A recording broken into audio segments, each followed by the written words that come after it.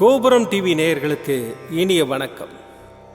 இன்று பிறந்தநாள் காணும் மற்றும் மணநாள் காணும் அத்துணை சகோதர சகோதரிகளுக்கும் எங்களது இனிய வாழ்த்துக்கள்.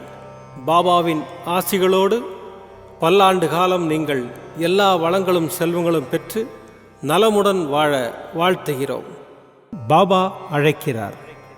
அவரின் பொன்மொழிகளை கேட்பதற்காக, நம் பிரச்சனைகளை தீர்த்து வைக்கும் அற்புதமான கூட்டு பிரார்த்தனை செய்வதற்காக, மேலும் மனம் ஒருநிலைப்படவும் மனம் அமைதி பெறவும் அற்புதமான தியானம் செய்யவும் பாபா அழைக்கிறார். பாபா நம் கரங்களை பிடித்து அழைத்துச் சென்று அற்புதம் நிகழ்த்தவிருக்கிறார். வாருங்கள், பாபாவின் பொன்மொழிகளை தரிசனம் செய்வோம். அன்பு குழந்தையே, உன்னை ஏளனமாக பார்த்து நகைத்தவர்கள் முன்னிலையில் நீ உயர்ந்து நிற்கப் போகிறாய். துவாரகமாயி தாயின் பிள்ளையாய் வாழப்போகிறாய். என் பரிபூர்ண அருளும் ஆசீர்வாதங்களும் அன்பும் எப்போதும் உனக்கு உண்டு. உன் கண்ணீரை துடை. உன் கண்களிலிருந்து கண்ணீர் வழியக்கூடாது. இது நீ உயிராய் நினைக்கும் உன் சாய் தேவனின் அற்புத வார்த்தை, உன் சாயப்பாவின் அற்புத வாக்கு, உன் துவாரகமாயி தாயின் ஆணை. நிச்சயம் வாழ்வில் நீ சந்தோஷமாக வாழ்வாய். நீ ஜெயமாக எல்லா செல்வ வளங்களையும் பெற்று பெயரோடும் புகழோடும் சிறப்பாய் நிம்மதியுடன் மனநிறைவான வாழ்க்கையை வாழப்போகிறாய். உன் அம்மாவாக அப்பாவாக என்றும் என் இருதயத்தின் கருவறையில் உன்னை சுமந்து காத்து அரவணைத்து வளர்ப்பேன். உன் சாயப்பா நான் இருக்கிறேன், கவலைப்படாதே. ஓம் ஸ்ரீ சாய்ராம். பாபாவின் அற்புதமான பொன்மொழிகளை தரிசனம் செய்தோம். அடுத்த நிகழ்வு கூட்டு பிரார்த்தனை. நம் மனநலன் சார்ந்த பிரச்சனைகளுக்காகவும் உடல் நலன் சார்ந்த பிரச்சனைகளுக்காகவும் மற்றும் நம் அனைத்து விதமான பிரச்சனைகளுக்காகவும் சாய்நாதரிடம் கூட்டு பிரார்த்தனை செய்வோம். வாருங்கள், இந்த அற்புதமான கூட்டு பிரார்த்தனையை செய்வோம். பிரார்த்தனாஷ்டகம். 8 பிரார்த்தனைகள். சாந்தமான மனம் கொண்ட சாயிநாதரே, அறிவின் சிகரமே, அன்புள்ளம் கொண்டவரே, கருணை கடலே, உண்மையின் இருப்பிடமே, மாயை என்னும் இருளை அகற்றுபவரே, ஜாதி மத பேதங்களுக்கு அப்பாற்பட்டவரே, எங்களின் புரிந்து கொள்ளும் திறமைக்கு அப்பாற்பட்டவரே, அன்பின் இருப்பிடமே, ஷீரடி வாழ் இறைவனே, என்னை காப்பாற்றும், என்னை காப்பாற்றும். ஞான சூரியனே, ஞானத்தை வழங்குபவரே, பக்தர்களின் மனங்களில் உலவிடும் பரமஹம்சரே, அனைத்து நன்மைகளுக்கும் காரணமானவரே, தங்களை சரணடைந்தவரை காப்பவரே, படைக்கும் தொழில் புரியும் பிரம்மாவும் காக்கும் கடவுளான விஷ்ணுவும் நீங்களே. 3 உலகங்களையும் யுகங்கள் முடிவில் தன்னுள் ஐக்கியமாக்கிக் கொள்ளும் ருத்திரனும் தாங்களே. நீங்கள் இல்லாத இடம் இந்த பூமியில் ஏது? எல்லாம் அறிந்த இறைவன் நீங்கள். எங்கள் எல்லோரின் இதயங்களிலும் வசிப்பவரும் நீங்களே. எனது எல்லா குற்றங்களையும் மன்னிக்க வேண்டும் என்று வேண்டி கேட்டுக்கொள்ளுகின்றேன். அலை அலையாய் தொடர்ந்து வரும் சந்தேகங்களையும் மனமயக்கங்களையும் போக்குவீராக. நீங்கள் கோமாதா, நான் பிறந்த இளங்கன்று. நீங்கள் சந்திரன், நான் சந்திரகாந்த கல். தங்கள் பாதங்கள் கங்கை நதி. பணிவுடன் இந்த தாசன் உங்கள் பாதங்களில் தலை வணங்குகிறேன். உங்கள் கைகளை என் தலைமீது வைத்து ஆசை கூறுங்கள். என் கவலைகளும் துன்பங்களும் பறந்தோடட்டும். இந்த கணு தங்களின் தாசன்.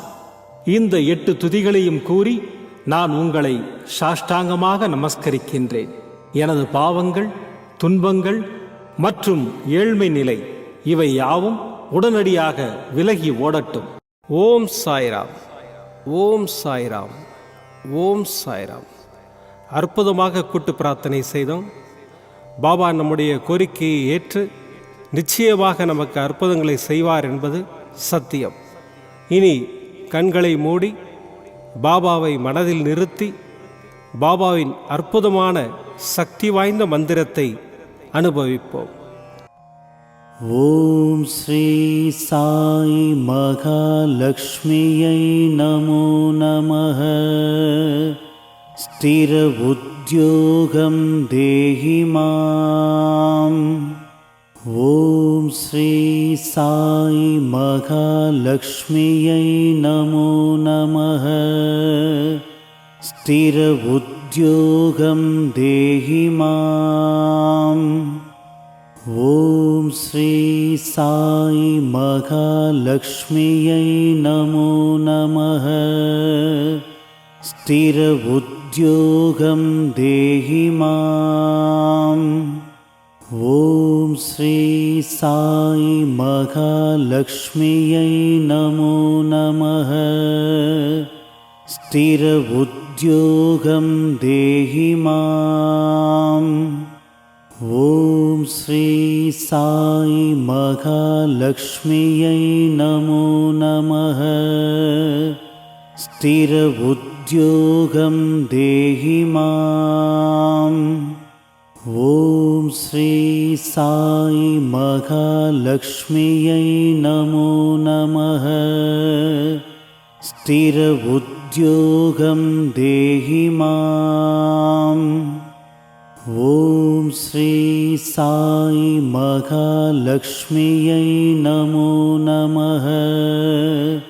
స్థిర ఉద్యోగం దేహి మాం. ఓం శ్రీ సాయి మహాలక్ష్మ్యై నమో నమః. స్థిర ఉద్యోగం దేహి మాం. ఓం శ్రీ సాయి మహాలక్ష్మ్యై నమో నమః.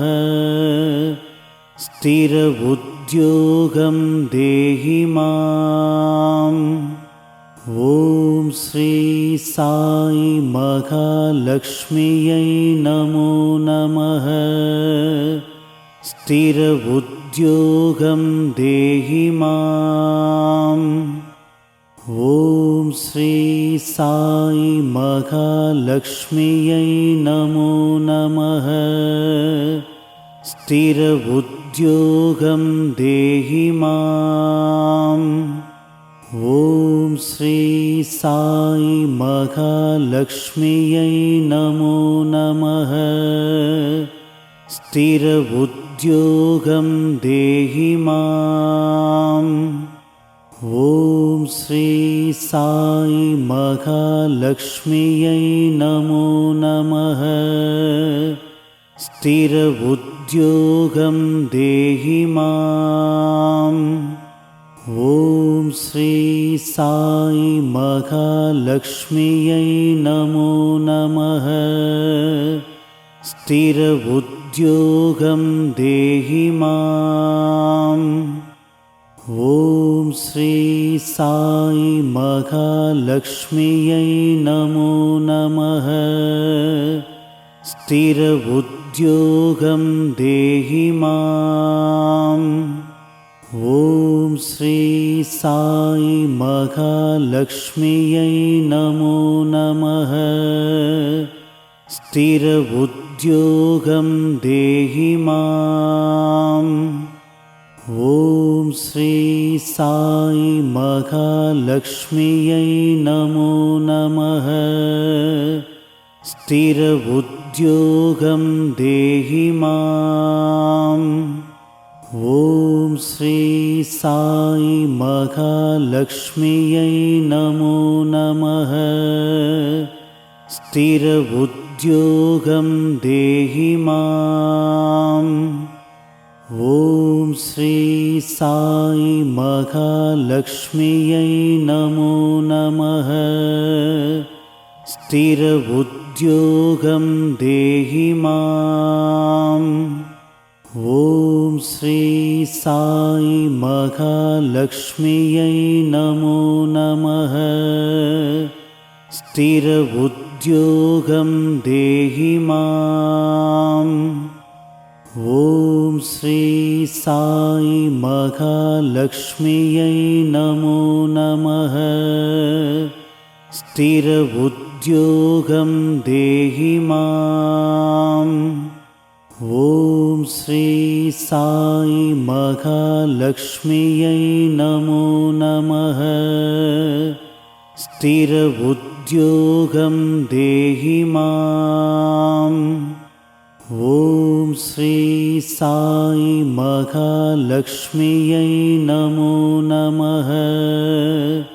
स्थिर उद्योगं देहि माम्। ॐ श्री साई महालक्ष्म्यै नमो नमः। स्थिर उद्योगं देहि माम्। ॐ श्री साई महालक्ष्म्यै नमो नमः। स्थिर उद्योगं देहि माम्। ॐ श्री साई महालक्ष्म्यै नमो नमः। स्थिर उद्योगं देहि माम्। ॐ श्री साई महालक्ष्म्यै नमो नमः। स्थिर उद्योगं देहि माम्। ॐ श्री साई महालक्ष्म्यै नमो नमः। स्थिर उद्योगं देहि माम्। ॐ श्री साई महालक्ष्म्यै नमो नमः।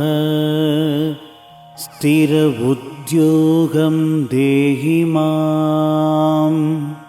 ॐ श्री साई महालक्ष्म्यै नमो नमः। स्थिर उद्योगं देहि माम्।